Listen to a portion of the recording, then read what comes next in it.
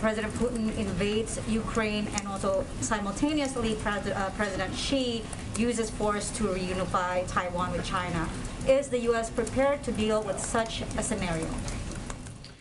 The United States is going to take every action that we can take from the point of view of both deterrence and diplomacy to make sure that the Taiwan scenario you just described never happens, and to try to avert the invasion and deter the invasion into Ukraine. That is the object of our policy right now. Those are the steps we are taking. That's what President Biden is doing and the messages that he's sending to President Putin. And with respect to Taiwan, the sum total of the efforts we've undertaken over the course of the past 8 months in the Indo-Pacific have also all been geared towards avoiding any kind of scenario where China chooses to invade.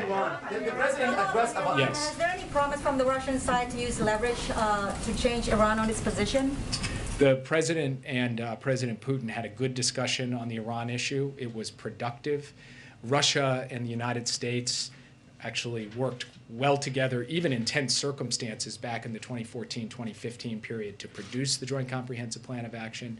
This is an area where Russia and the United States can continue to consult closely to ensure that Iran never acquires a nuclear weapon.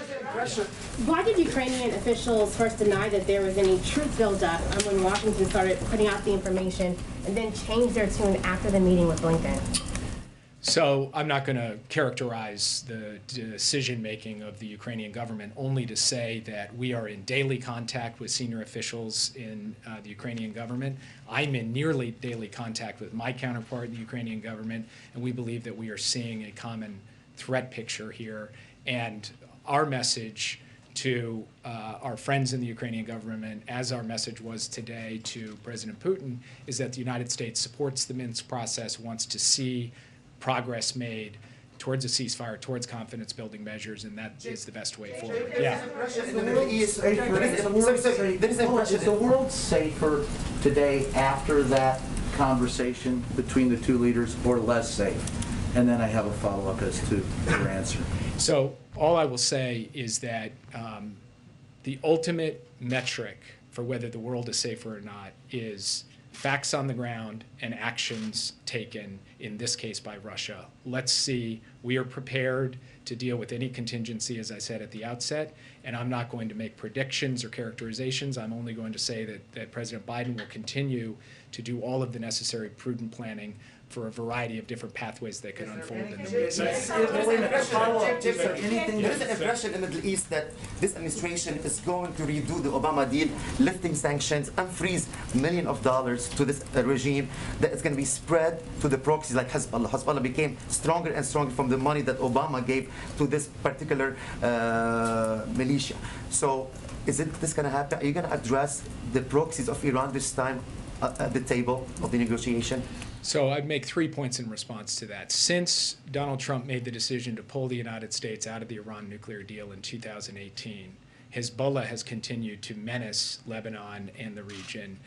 Iran's proxies in Iraq and Syria and Yemen have continued to move forward. So not being in the nuclear deal has hardly been a solution to the proxies. Second, nothing about the nuclear deal stops the United States' capacity to deal with those proxies, and we are prepared to do so. In fact, in response to attacks on American forces in Iraq, the United States has twice under President Biden taken action, direct military action in response to those proxies, in addition to undertaking sanctions. And third, ultimately, an Iran with a nuclear weapon is going to be a greater menace in partnerships with its proxies than Iran without one, and so it is our determination to ensure they never get a nuclear weapon, and diplomacy is the best way. Yes.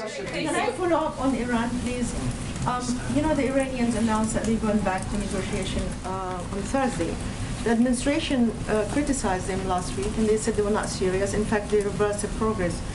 What makes you think that, apart from hope, that actually they are serious this time, and how much over time you're willing to do it? And secondly, your counterpart, you negotiate with your allies and you coordinate with them. Your counterpart in the UAE is visiting Tehran as we speak. So is this a unilateral effort from the Emirates to do it, or to reach to Tehran, or do you think this is a coordinated effort with the United States? I'll put this quite simply.